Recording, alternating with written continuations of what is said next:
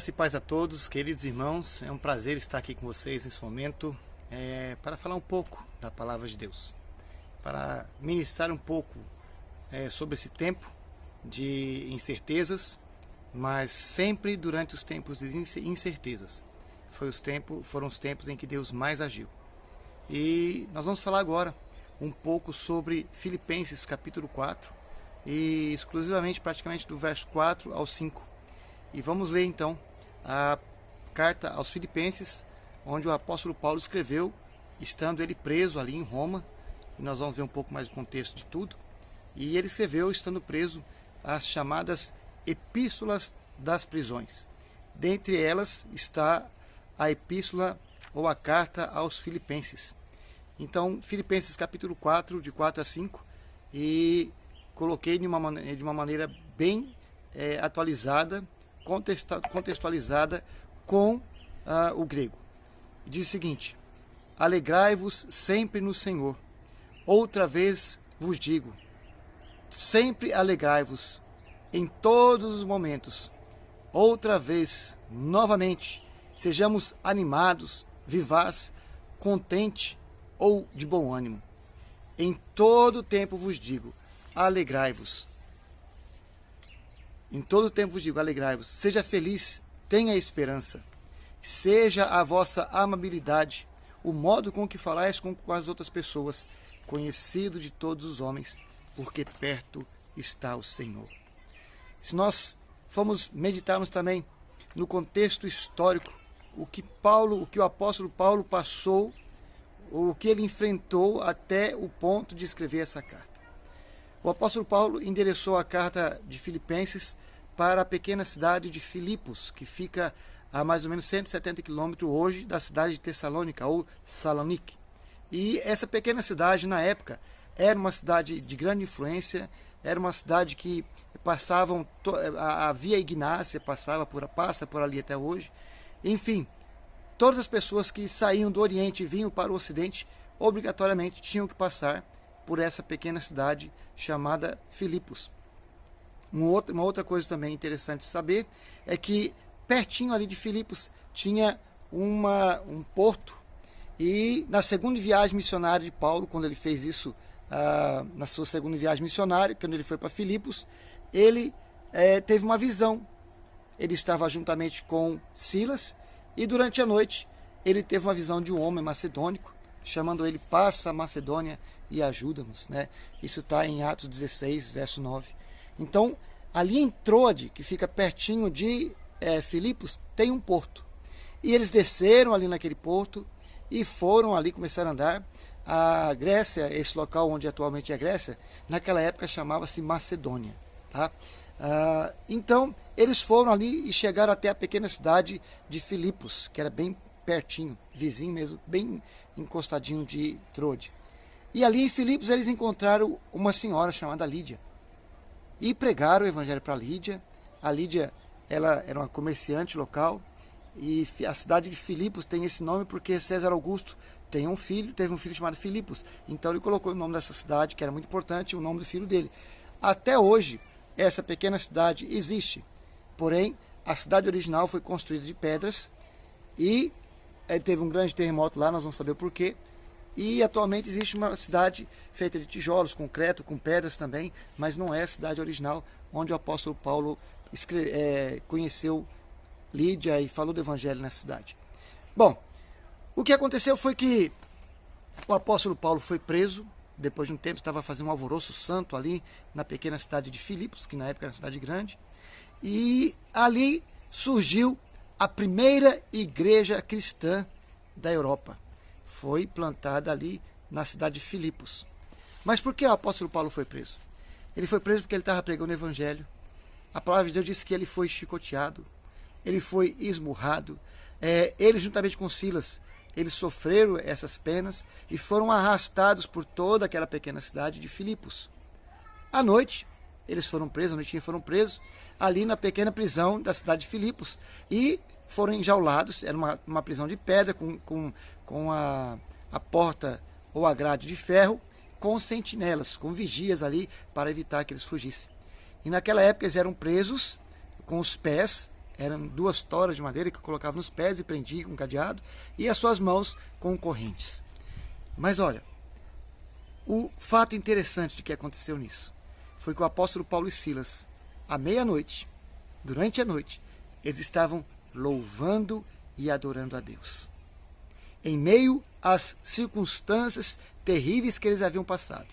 Se você um dia se machucou, apanhou, se você um dia caiu de bicicleta ou caiu de moto, teve algum acidente, você sabe o que é as consequências 1 ou 2 horas depois do acidente, ou do pequeno ou o grande acidente. Arde tudo, dói tudo, o corpo fica praticamente imóvel. Mas Paulo e Silas, o apóstolo Paulo e Silas, eles estavam na cadeia, louvando e adorando a Deus. E o que aconteceu? Em Atos também fala que teve um grande terremoto. E esse terremoto destruiu ali praticamente tudo, abriu-se a cela. Hoje, a pequena cidade original de Filipos não existe mais. Ela está pedra sobre pedra. Mas você encontra ali uma capelinha feita, coberta com ferro, onde surgiu a primeira igreja plantada pelo apóstolo Paulo ali e Silas na cidade de Filipos. Tem também um pequeno espaço arqueólogo, um pequeno museu ali antigo, mas tudo é a céu aberto hoje, porque o terremoto acabou com tudo e construíram uma nova cidade. Paulo e Silas foram libertos. E qual foi a primeira coisa que eles fizeram? Pasmem, a alegria do Senhor estava com eles. E sempre alegria inabalável. Porque mesmo estando acorrentados, mesmo tendo destruído a prisão, mesmo estando ali, eles foram libertos, né? Mas mesmo saindo dessas correntes e sendo libertos, eles, em vez de sair correndo, não. Eles ficaram ali e ainda falaram de Jesus para o sentinela, para o guarda que estava tomando conta deles. Esse é um pouquinho do contexto histórico antes dele ser preso em Roma. Dali ele foi para Roma. E lá em Roma ele foi preso na cidade de Roma. E a sua prisão, chamada Marmiteia, era uma prisão que fica mais ou menos 600 a 700 metros do Coliseu, o grande Coliseu da cidade de Roma. E ali, essa prisão ela foi construída subterrânea. Eles escavaram uma pedra que no Brasil poderia se comparar à pedra sabão, mas lá tem umas pedras de muito calcário, e eles fizeram essa prisão ali perto do Coliseu. E nessa prisão não tinha escada de acesso, os presos eram presos de alta periculosidade, e eles jogavam os presos de um pequeno buraco a quase 3 metros de altura acima do chão dessa prisão, e eles jogavam a pessoa lá dentro. E ali ia comida, alguma visita assim. A única maneira de se entrar nessa prisão era através desse buraco, certo? Hoje, se você procurar no Google e colocar prisão de Marmiteia, onde foi preso o apóstolo Paulo e também o apóstolo Pedro foi preso ali nesse mesmo local, e eles ficaram presos. Vocês podem procurar isso na internet e ver a foto. Atualmente, essa prisão ela tem uma escada, fizeram uma escada lá de cima e vem até ali o piso da prisão, mais ou menos 3 metros de altura, e onde você pode entrar e tirar fotos. Existe lá ainda, já reformaram, né? Mas ainda existe lá o que foi na época do apóstolo Pedro e Paulo, quando eles estiveram presos, o que foi essa prisão. Tem lá os buracos na parede onde eram colocadas as correntes e que eram presas às suas mãos, uma coluna de mármore também onde eles eram acorrentados, enfim, um pequeno, como se fosse um calabouço só que subterrâneo, que foi escavado em uma pedra calcária muito existente ali em Roma e em toda a parte do leste europeu também. Então, o que aconteceu com Paulo quando ele estava preso ali? O apóstolo Paulo, ele podia receber visitas, ele era guardado por soldados, está em Atos 28, ele era permitido receber visitas, não todos os dias, mas era permitido receber visitas. Suas visitas eram severamente limitadas, está em Atos 23, 35. Ele teve a oportunidade de pregar o evangelho para os vigias lá, em Atos 28 fala isso, e o apóstolo tinha esperança de ser libertado, como fala em Atos 23, ou concordar em ser julgado em Jerusalém. Haviam outras maneiras também que você vê em Atos, subornando os policiais, os sentinelas ali para ser libertos. Mas o apóstolo Paulo, como sendo um apóstolo e cristão, ele esperou na graça do Senhor Jesus. Além de preso, Paulo ainda ele combatia certas seitas com falsas doutrinas chamada, são os gnósticos e os estoicos.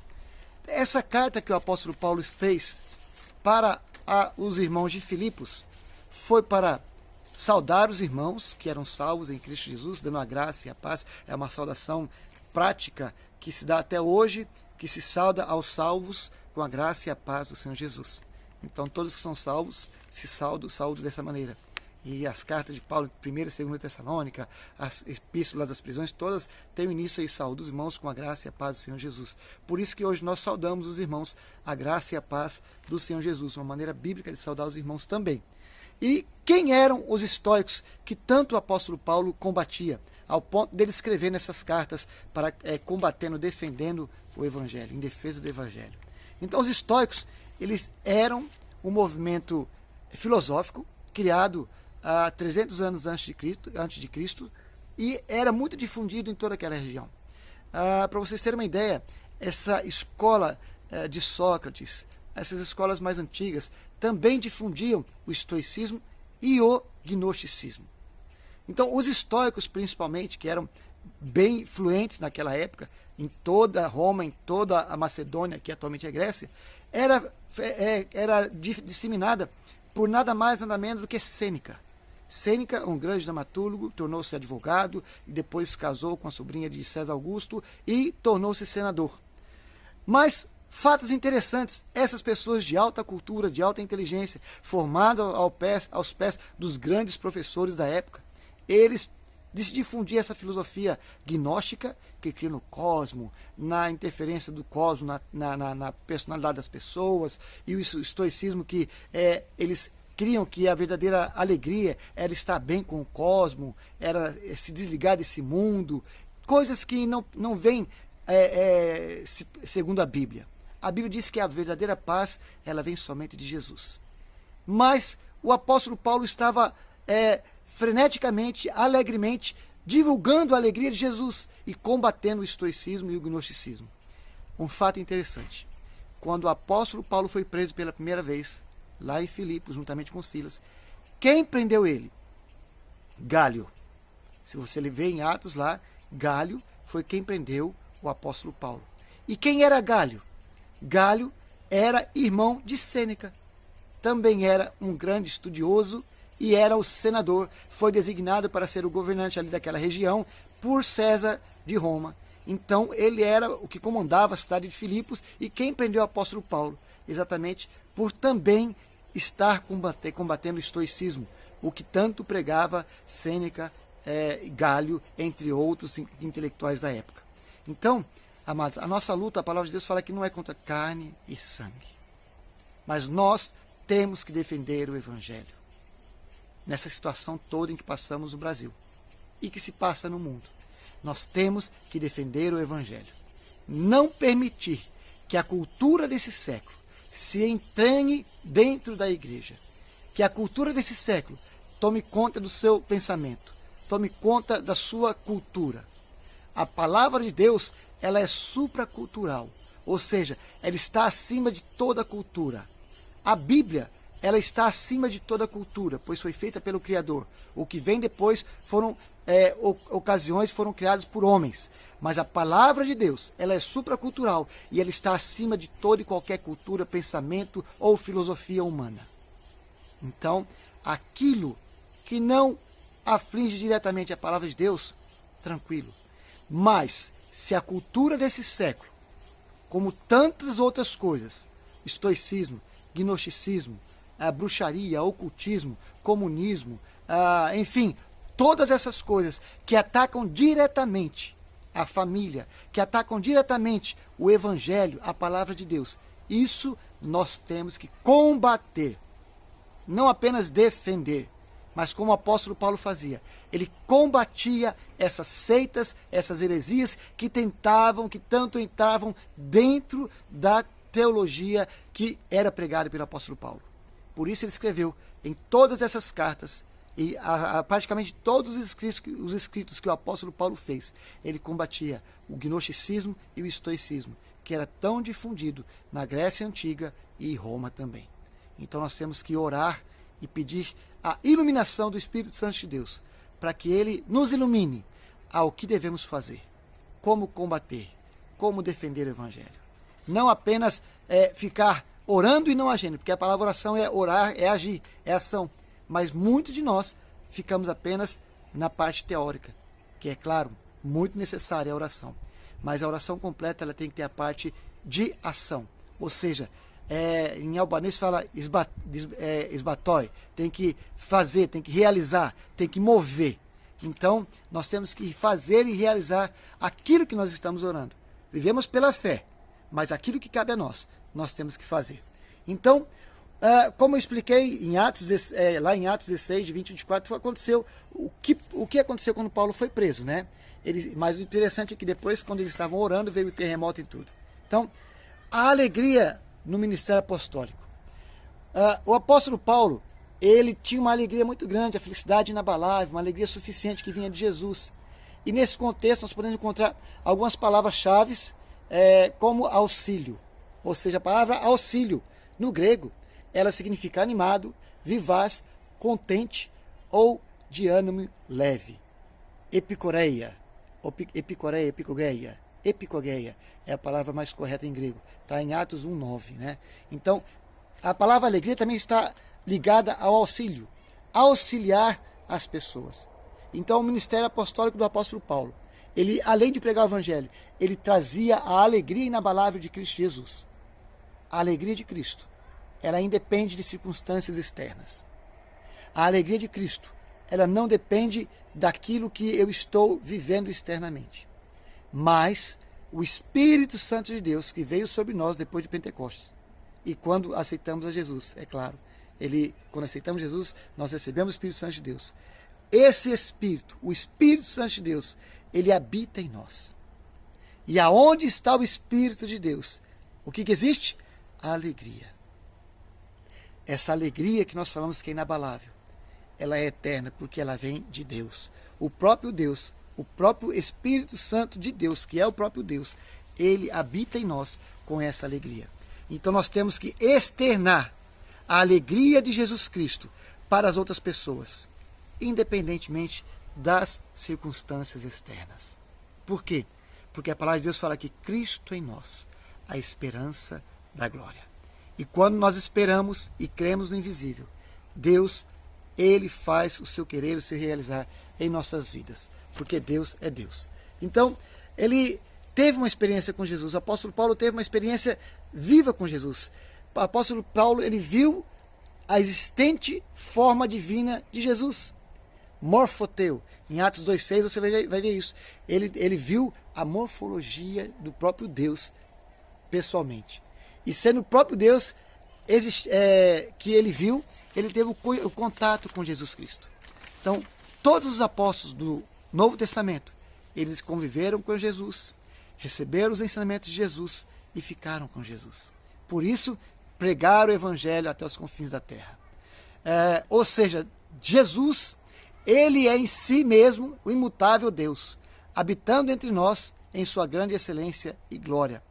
E o tema principal que foi falado em Filipenses capítulo 4, de 4 a 5, sobre a felicidade, foi a excelência inigualável, incomparável de Cristo Jesus.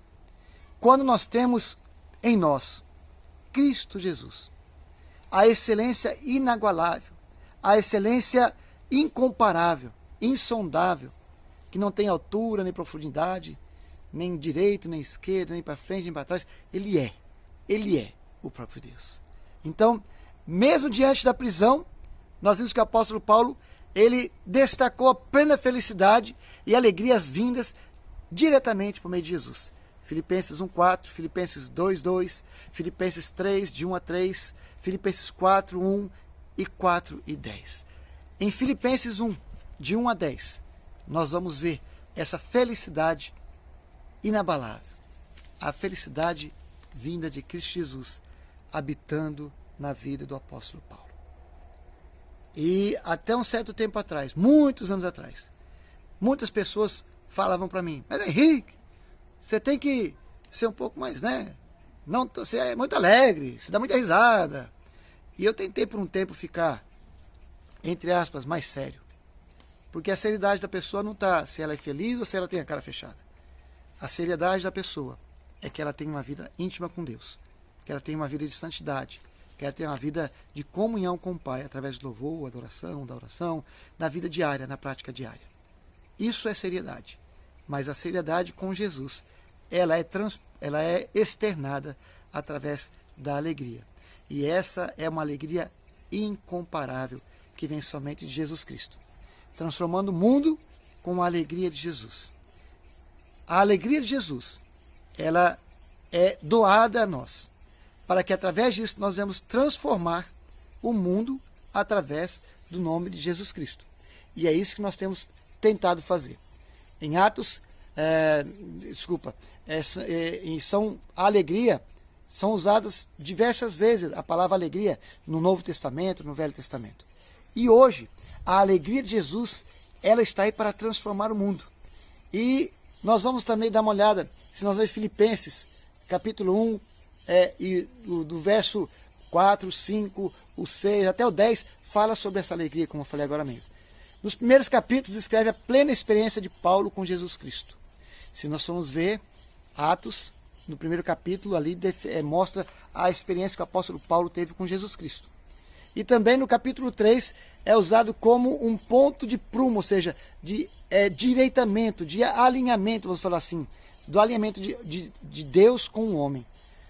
Em Filipenses capítulo 3, verso 1 fala: alegrai-vos no Senhor.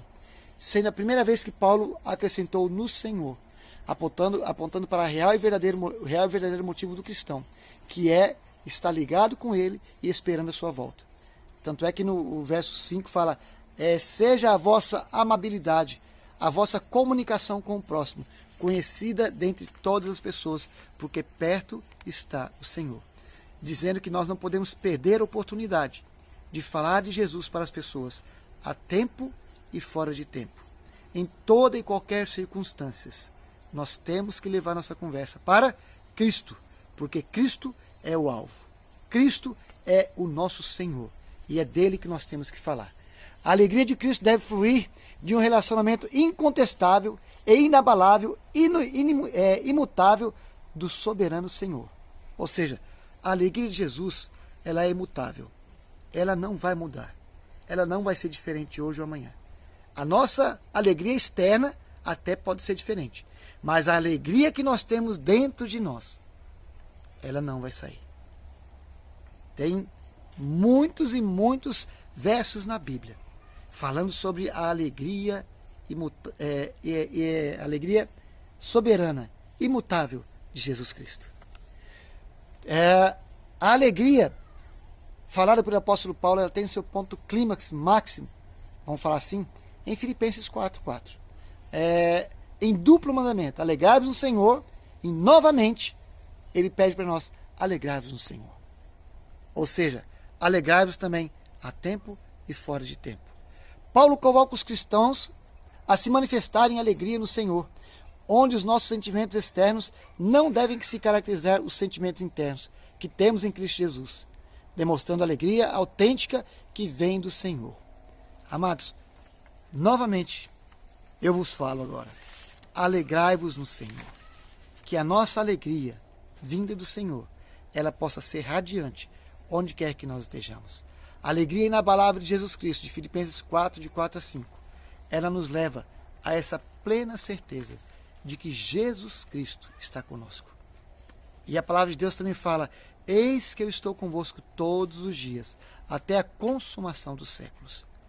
Eu me lembro, por exemplo, em 2006, quando eu estava fazendo um treinamento de missiologia, lá no CIENS, Centro Integrado de Educação e Missões, no Rio de Janeiro.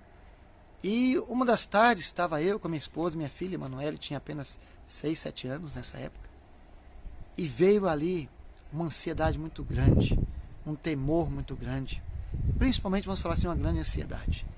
E aquela ansiedade me deixou assim, com o corpo um pouco cheio de suor, preocupado, o que vai ser amanhã. Estava perto de nós irmos para a Albânia pela primeira vez. Nós não sabíamos de fato, na realidade, o que íamos encontrar ali na Albânia. Mas veio a palavra do Senhor Jesus dizendo: eis que eu estou convosco todos os dias, até a consumação dos séculos. Meus irmãos, você que está nos vendo nessa hora. As circunstâncias podem ser adversas.